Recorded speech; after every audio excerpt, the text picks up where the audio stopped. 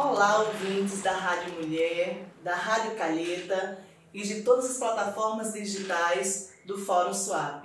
Começamos agora mais um episódio do Rádio Fórum, toda última segunda-feira do mês, durante 40 minutos. Entrevistas, artes, notícias e debates sobre temas sociais e ambientais. No Rádio Fórum, o foco é o fortalecimento da luta e da memória das comunidades, que compõe essa rede de resistência e enfrentamento às desigualdades, injustiças e impactos do complexo industrial portuário de Suape. Hoje, quem apresenta o Rádio Fórum sou eu, Glauci Caetano, educadora social do Fórum Suape e moradora aqui do Cabo de Santo Agostinho. E nesse episódio, que marca o Novembro Negro, a gente traz para o nosso programa Denise Graciani, pescadora e agricultora quilombola de Ilha de Mercês. Denise tem 40 anos, é mãe, avó e atualmente estuda gestão em RH e tecnologia. Junto com o Fórum Suape, integra diversos projetos que fortalecem a autonomia negra e feminina, como o Atreva-te a Confiar, De Mãos Dadas e as hortas comunitárias. Bem-vinda, Denise! É uma alegria muito grande ter você aqui com a gente. Obrigada. Meu nome é Denise, sou da comunidade quilombola Ilha de Mercês e muito obrigada pela oportunidade.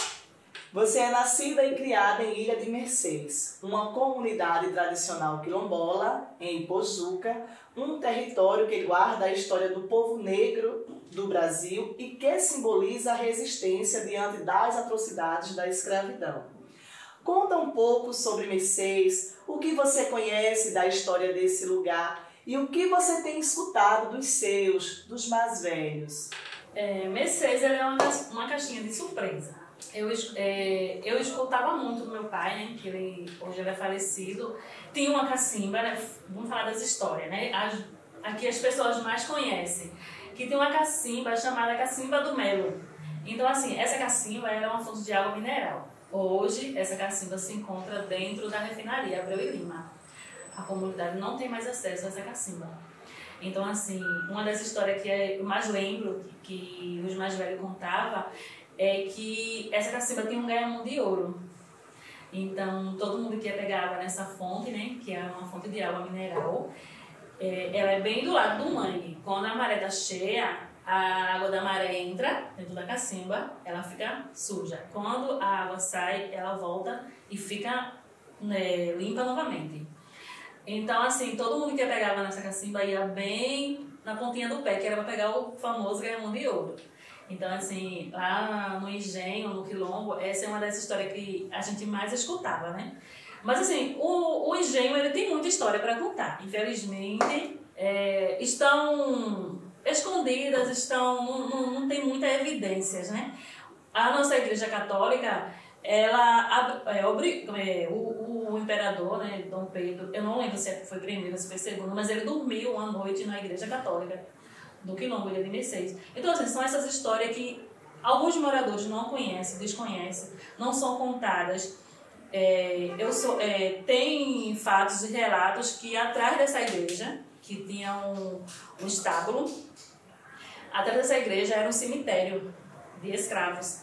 Então, assim, a maioria das pessoas que moram na comunidade não tem informação, não tem acesso a essas histórias e fica um pouco perdida, né? E a gente se sente muito porque, assim, eu mesma tenho 40 anos, mas, assim, só há alguns anos que eu comecei a pesquisar sobre a minha comunidade. Eu nunca falei pra ninguém que eu não era negra, assim, me achei negra. Mas hoje eu me auto-identifico como negra, entendeu? Hoje eu sei me defender como uma mulher negra, como negra, tenho orgulho das minhas origens, mas quando a gente não tem esse auto-saber, não tem esse conhecimento, a gente fica um pouquinho acanhada de se Não é que a gente não queira dizer que é negro, mas a gente não tem argumento de bater com outras pessoas, porque a gente sabe que o preconceito existe, né? E a comunidade, ela é um território quilombola, mas também é um território que não tem muito essas ações que fortaleça, né, os jovens, porque eu acredito que na educação infantil, um jovem é que vai resgatar essa coisa de você ter orgulho do que você é, né? É meio por aí, assim, que eu acredito, né? E a nossa comunidade tem muitas histórias incríveis, tem essa da Cacimba do Melo, tem... era, né? Porque agora, depois que começaram os empreendimentos, desfez algumas localidades, mas cada lugar tinha um nome, por um exemplo. O engenho ele era dividido por Mata Burro, né? Pelo Congo, pelo Pátio do Engenho. Lá na parte que eu moro, uns chamam de Poeirinha, mas outros chamam de Sangue.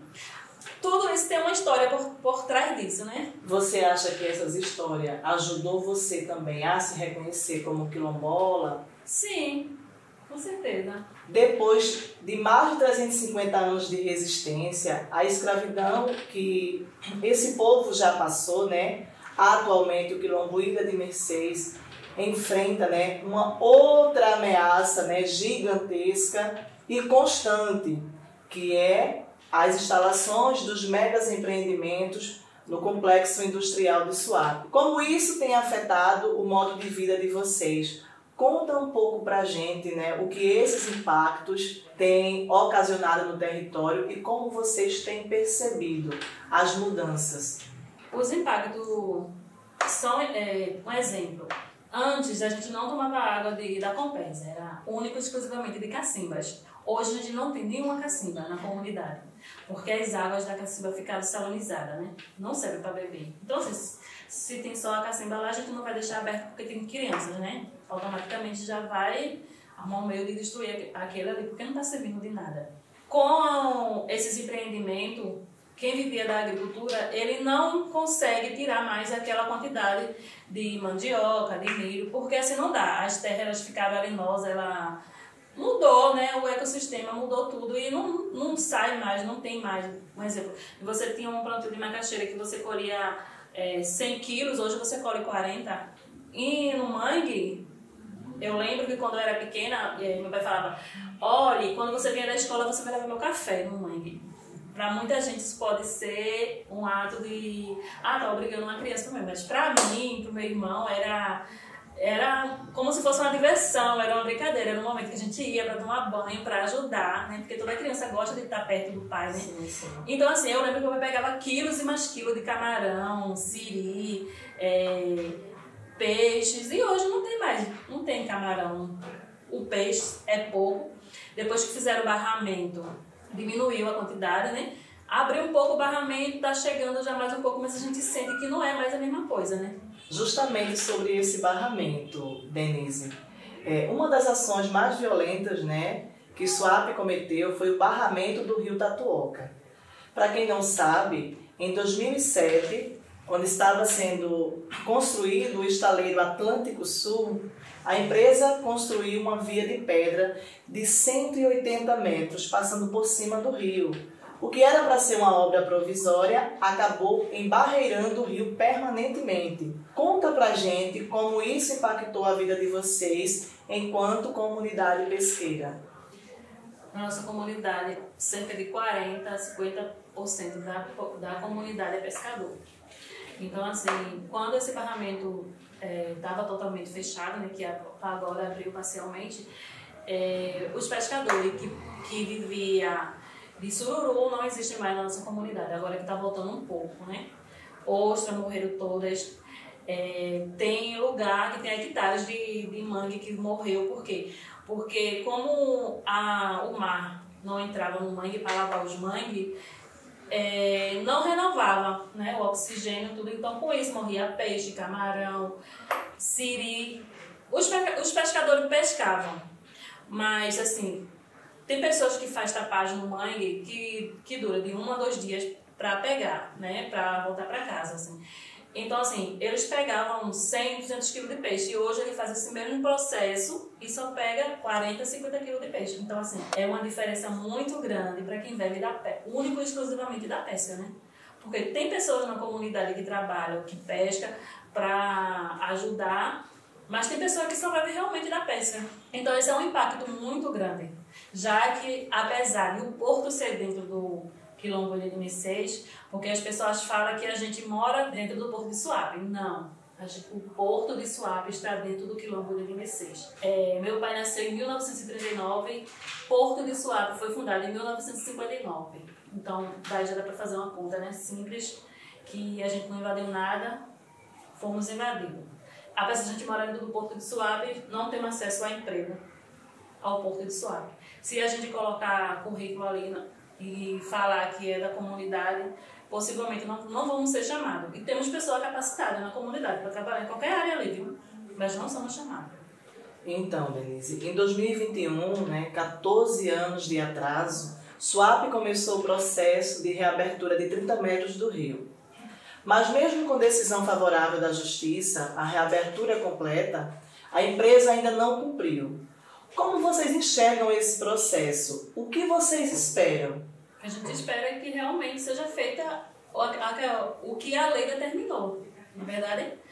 Porque quando é um pobre que chega uma intimação na porta, a justiça no instante vai lá e cumpre. E por que quando é com grande não faz cumprir o que é de fato? Porque quem está sofrendo é a comunidade, que vecam inclusivamente da pesca. Quem está sofrendo é o meio ambiente, porque se você pegar uma jangada e andar dentro do mangue, hoje não.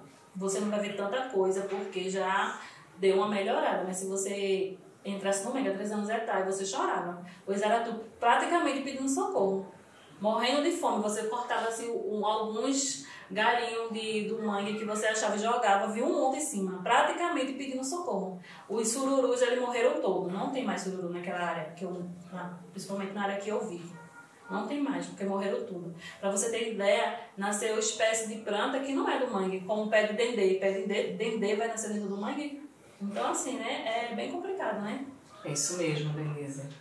Para quem quer conhecer mais dessa história, a gente indica o filme Sangue, Vidas e Lutas Quilombola em Defesa do Rio, produzido pelo Fórum Suape e dirigido por Débora Brito, disponível no YouTube. Denise, falar dessa história é muito importante para a gente apontar um processo que tem ficado conhecido como racismo ambiental. Esse conceito é muito importante para a gente conseguir explicar e denunciar como os impactos ambientais são sofridos de maneiras mais graves pelo povo negro e indígena. Os impactos desse modelo de desenvolvimento acabam sempre afetando mais duramente a essas populações, deixando o povo preto em situação ainda mais de vulnerabilidade. Como você enxerga isso? Você também percebe que há essa diferença? Sim, porque se um negro for colocar um currículo em uma empresa, eu não estou falando nem do Porto Suape, que a gente já perdeu as esperanças de trabalhar lá, mas a gente vai fazer o currículo e vai colocar numa empresa, uma loja, uma adolescente de 18 anos, 19 anos que acabou de terminar o ensino médio. Se falar que é quilombola, por isso que muitas pessoas também não se autodenominam quilombola. Aí eu sou quilombola, vai colocar o currículo e vier um branco e vier um negro, automaticamente o branco vai ser escolhido. Então, assim, eu acho que isso tem um certo impacto. Por isso que muita gente, às vezes, não se autodenomina como quilombola. Porque quando chega num lugar que fala, você sente que as pessoas olham. Eu digo a você porque eu já passei por isso. Eu comecei a fazer a faculdade e quando a gente falava que era do quilombo, a gente via o sorriso no cantinho da boca das pessoas. Às vezes não tem coragem de dizer, né? Às vezes mente, diz que é do quilombo, tá? Mas assim, a gente vê que tem um certo deboche, entendeu? E esse tipo de comportamento incomoda, porque assim, em nenhum momento o meu povo, quando eu falo meu povo, eu falo nos escravos que foram escravizados. Eles não saíram de lá porque quiseram, não. Foi as pessoas que foram buscar eles lá. Eles eram reis, eles eram rainhas, princesas. Então, assim, eles nunca foram escravos, eles foram escravizados. E eles vieram para outro lugar para ser escravizado e para ser tratado como um lixo. E até hoje isso continua. Você vê sim as pessoas olhando para você pelo seu modo de vestir, tem pessoas que têm as suas religiões diferentes da outra, as pessoas não gostam. Tem pessoas que têm... Quem geralmente é negro, o cabelo é mais grosso, é mais rijo. Tem pessoas que é liso, mas tem pessoas que gostam do cabelo do jeito que é, né? E a gente vê um certo preconceito. Quem disser que é mentira, não é mentira, é preconceito. Eu vejo isso, eu sinto isso na pele todos os dias. As pessoas não têm coragem de dizer na minha cara o que pensam, né? Porque sabe que hoje eu estou mais empoderada para me defender, de falar de igual para igual. Então, assim, as pessoas amolecem na parte, mas não tem coragem de dizer o que querem dizer. Mas eu sei que tem um preconceito ali, naquele olhar. Entendesse? Entendi sim, Denise. Muito boa essa sua fala, viu? Outra coisa, a gente tem ouvido falar, Denise, sobre a situação do vazamento de gás da refinaria Abreu e Lima, desde que começou a funcionar em Mercedes. Mas também em outras comunidades próximas, as pessoas têm se queixado muito de um cheiro forte que tem causado problemas de respiratório. Como está essa situação lá no Quilombo? É bem forte, né? A gente sente muito. Às vezes a gente acorda, a gente acha que todas as bocas do fulano estão abertas dentro de casa. E é muito forte, tem hora que é desesperador. Porque não tem como parar, né? Vai parar quando o vento levar para outro lado. Não tem como parar. A gente fica sufocada naquilo, né?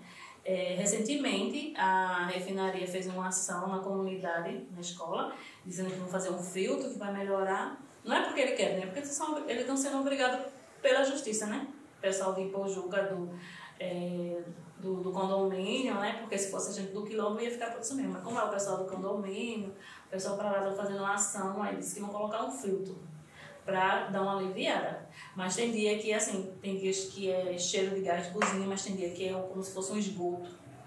E é muito forte mesmo. Pessoas que têm problemas respiratórios sofrem muito. Então, mas esse cheiro de gás, ele chegou para vocês agora ou já vem de bastante tempo? Depois que a refinaria começou a funcionar. A gente, diante de tanta violência, tantos impactos ambientais, o que resta a gente é se organizar, não é isso? E isso o povo preto sabe muito bem. Os quilombos são uma prova disso. E você, dentro de sua comunidade, tem se articulado em muitas ações legais? Eu queria que a gente reservasse esse trecho final do programa para a gente conversar um pouco sobre essas experiências. Bora iniciar pelas hortas comunitárias. Como tem sido esse projeto Raízes Quilombolas? O projeto Raízes Quilombolas para mim foi muito gratificante, está sendo muito gratificante. Para mim é como se fosse uma terapia. Quando eu comecei a participar, né, nas articulações de vocês de Fórum SWAP, no começo eu fiquei um pouquinho atrás. Fórum SWAP, não tem outro nome, né, para colocar. Mas assim, quando eu comecei a conhecer vocês, quando eu comecei a sentir qual era realmente a proposta que vocês estavam nos oferecendo, eu percebi, não, eu vou começar por aqui, né? Porque assim, a educação ela é a base de tudo. Então assim, quando eu comecei a ir para os eventos que vocês me proporcionavam e me convidavam, eu via as pessoas falando e eu falava, não, tá errado, tá faltando alguma coisa em mim. Eu tenho que voltar a estudar, eu tenho que me qualificar. Como é que eu vou lutar com alguém se eu não sei nem falar, né? Quando eu falo que eu não sei falar, não é que eu sou analfabeta, né? Eu tô falando que eu não sei falar porque, às vezes, quando a gente não tem um autoentendimento de alguma coisa, se alguém que sabe mais do que você falar, você fica calada. Mas, assim, a partir do momento que eu comecei a participar da horta, de vários outros projetos, comecei a viajar, tive a oportunidade de ir para Brasília, né? Fui conhecer o Observatório de Pesquisa, né? No CIMES, e em Brasília. Então, assim, são muitas oportunidades que eu vejo que se eu tivesse ficado em casa, no meu mundinho, eu não teria tido. Então, assim, eu sou muito grata ao pessoal do fórum. Eu só tenho a agradecer e eu falo, né? Se eu conseguir trabalhar daqui para terminar minha faculdade, eu vou fazer direito, a menina ficar rindo. Mas, gente, não é para rir. É o meu sonho, eu vou realizar. Vai ser difícil? Vai, mas nada nessa vida é de graça, né? Tudo tem um pouco de sacrifício, né? E a gente tem que se sacrificar para poder ter alguma coisa. Isso mesmo.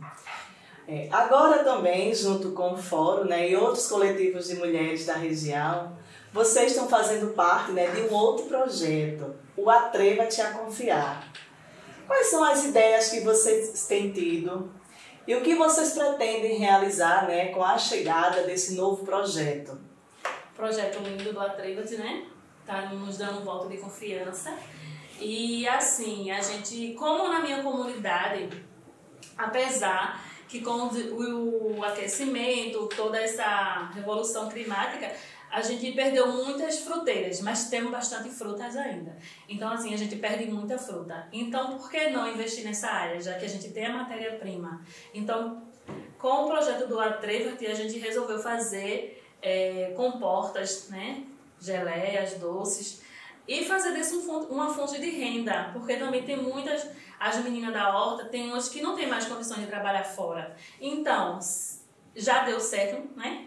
E quando tiver funcionando a todo vapor, que a gente estiver vendendo nossos doces, nossas geleias, comportas, vai ser uma renda a mais para todas que faz parte da horta Raízes Quilombola. E vai ser o diferencial, né? Vamos ser empreendedoras de sucesso, com certeza. Todos esses projetos que a gente tocou aqui são tocados por mulheres. Mulheres que na nossa sociedade enfrentam dificuldades específicas, desafios maiores. Sei que você tem debatido questões muito importantes sobre gênero em paralelo a tudo que vem fazendo. Então, eu queria também puxar esse assunto, Denise. A gente vive em uma sociedade que soma racismo com racismo. E nós duas estamos hoje aqui juntas conversando sobre isso. Como tem sido para você esse enfrentamento diário? Quais são os principais problemas que você tem enfrentado? Denise, mulher negra, agricultora, pescadora e quilombola, que não nega suas raízes. Hoje, eu acho que, no meu caso, o maior problema é a falta de emprego mesmo pra gente. Porque na nossa comunidade tem muito jovem, tem muitos adolescentes. Adolescente que eu falo não é que seja menor de 18 anos, maiores de 18 anos, mas que não tem acesso ao mercado de trabalho. E a gente vê muito as meninas com 18 anos, 19 anos, já estão casadas, já estão assumindo uma nova família, que poderia estar dentro do mercado de trabalho. Querendo ou não, a gente mora dentro de um polo, né, que poderia dar mais oportunidade aos nossos jovens, né? E eu vejo muito assim as meninas mais novinhas, assim, com 18 anos, 20 anos, tudo, 1, 2, 3 meninas, e poderia estar trabalhando, fazendo diferencial, fazendo uma faculdade, que hoje em dia, no meu tempo que eu terminei o segundo grau, a faculdade era quase um salário mínimo. Hoje a gente estuda um pouquinho, tem um desconto aqui, um desconto ali, e dá pra fazer. Mas assim, eu vejo que não tem muito aquela coisa assim na nossa comunidade de trabalhar fora. Também não temos muito acesso, né? Mobilidade, somos pobres de mobilidade. Para você ter ideia, a nossa cidade é Ipojuca, mas não temos ônibus para Ipojuca. Essa é uma das minhas piores revoltas. Porque se eu preciso marcar uma ficha em Ipojuca, eu tenho que ir no centro do Cabo de Santo Agostinho, pegar o ônibus pro Cabo do Cabo, pegar o ônibus para Ipojuca. Isso é um absurdo, não existe. Se eu voto em Ipojuca, se a minha prefeita é de Ipojuca, e por que eu tenho que ir pro Cabo para poder ir para Ipojuca? Isso não existe, minha gente. E como é que um empregador vai dar um emprego a uma pessoa que tem que pegar, que mesmo morando em cima, ao lado, tem que pegar 2 ônibus para chegar no trabalho? E corre o risco do ônibus não passar no horário. Você acha que essa relação impacta de alguma forma, né, pela comunidade ser quilombola, a maioria ser negro? Essa falta de emprego que você traz pra gente, da juventude hoje, está fora do mercado de trabalho, você acha também que tem alguma coisa a ver com a questão do racismo? Também, mas isso se enquadra também na questão que as pessoas sabem que aí, na maioria dos jovens, que adianta eu ir fazer um curso, eu ir fazer um curso assim. Um exemplo, a gente mora em cima de Porto de Galinhas. Se alguém da comunidade arrumar um emprego em Porto de Galinhas, você vai largar 10 horas da noite. Porque você sabe, quando você está querendo um emprego, você não pode escolher o horário. Tem empresas que você dá essa possibilidade, mas se você realmente estiver querendo trabalhar, você vai ter que ir no trabalho que o empregador lhe indica.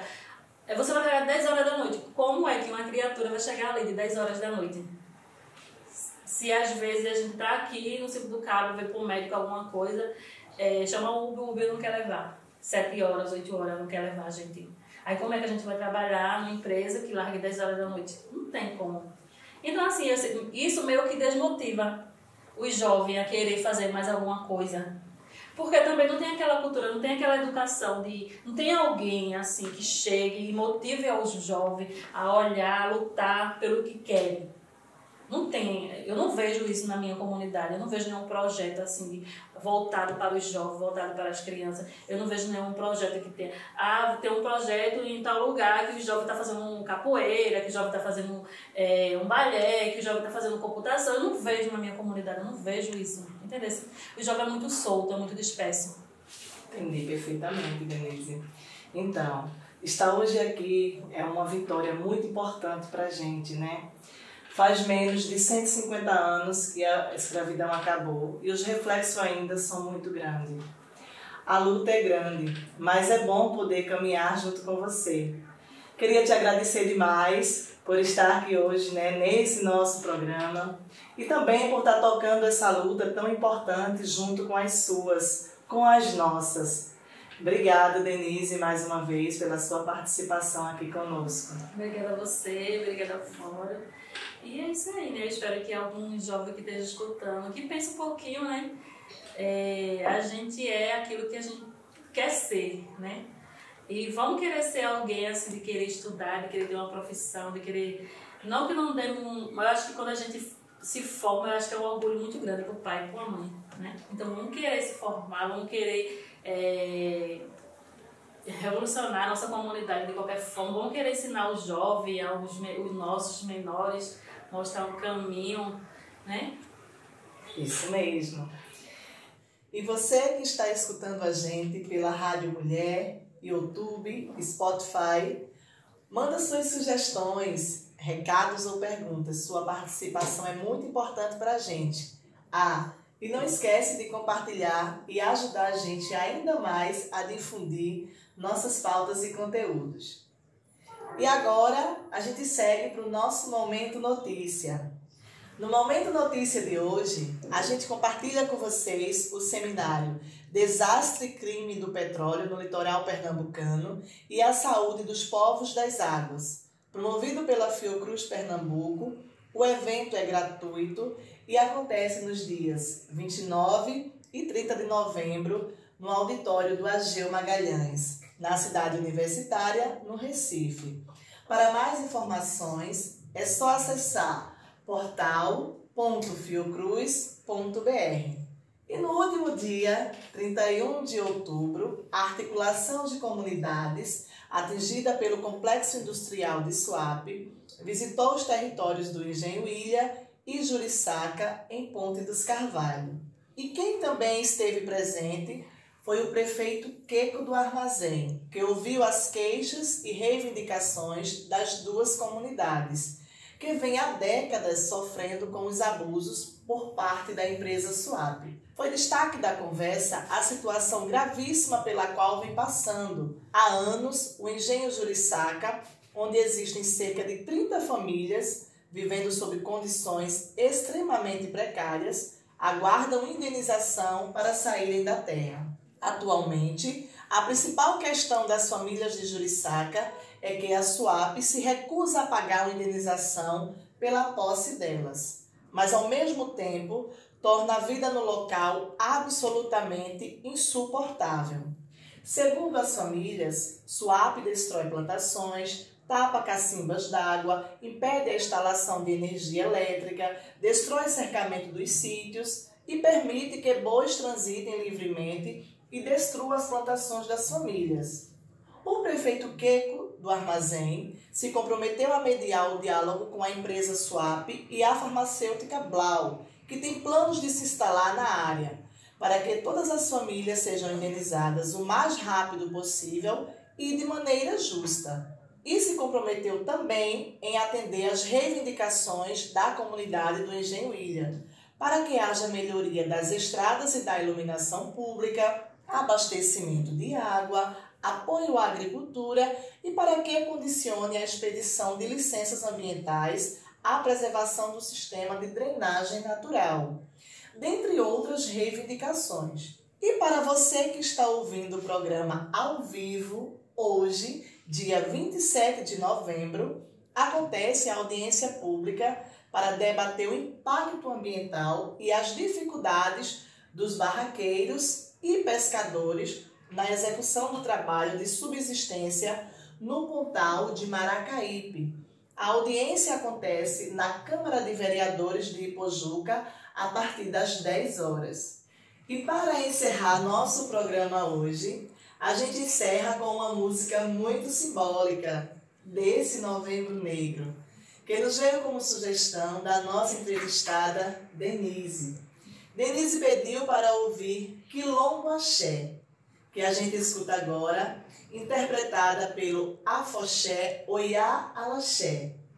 Irmãos, irmãs, assumam sua raça, assumam sua cor. Eu vou pegar minha viola, eu sou um negro cantador, a nega canta deita e rola, é na senzala do Senhor, eu toca fogo no engenho, meu pai, aonde o negro apanhou, mas canta aí.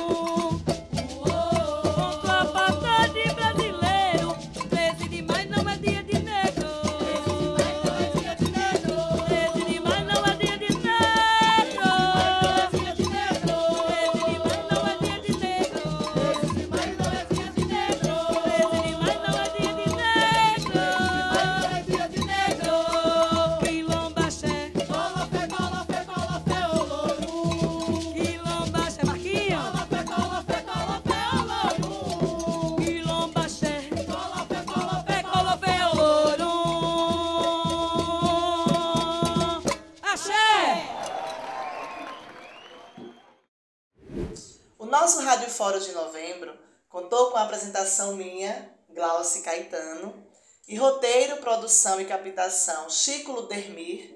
A edição é de Isabela Fernandes. Queríamos agradecer a vocês, ouvintes, pela escuta. Não deixe de comentar, sua participação é muito importante para nós. Curta, compartilhe, sugira, mande perguntas que a gente vai ficar muito feliz. Para mais episódios, estamos no YouTube, Fórum Swap, e no Spotify, Rádio Fórum. Fiquem agora com a nossa querida Manina Aguiar, transmitindo ao vivo do Centro das Mulheres do Cabo.